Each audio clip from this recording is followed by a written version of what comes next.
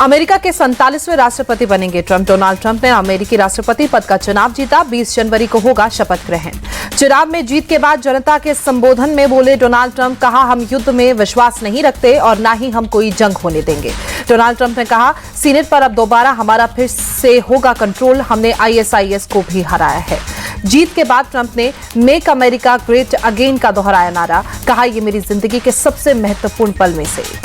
Trump ने अपने voters को थैंक यू कहा। बोले, हमारी अविश्वसनीय जीत हुई। अमेरिका वासियों को धन्यवाद। जीत के बाद ट्रंप बोले, अगले 4 साल अमेरिका के लिए स्वर्णिम। मेरी जीत हर नागरिक की जीत। चुनाव जीतने के बाद ट्रंप बोले, मेरी हर सांस अमेरिका के लिए। हमने असंभव को संभव किया।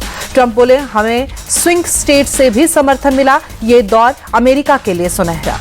ट्रंप ने कहा, अमेरिका में पहली बार ऐतिहासिक बदलाव हुआ। हम अमेरिका को एक महान राष्ट्र बनाएंगे। ट्रंप ने अपने संबोधन में एलन मस्क का भी नाम लिया। बोले, एलन मस्क अद्भुत है। ट्रंप बोले, हम अपने बॉर्डर को सुरक्षित करेंगे। अमेरिका में अवैध घुसपैठ अब बंद होगा।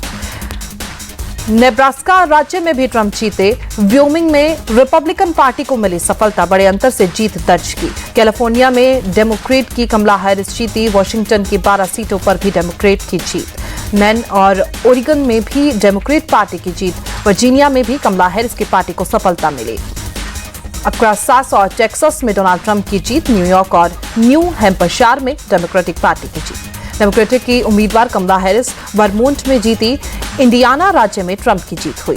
फ्लोरिडा में डोनाल्ड ट्रंप की रिपब्लिकन पार्टी की जीत। 2020 के चुनाव में डेमोक्रेटिक पार्टी की हुई थी जीत। न्यू जर्सी में कमला हैरिस की पार्टी की बड़ी जीत।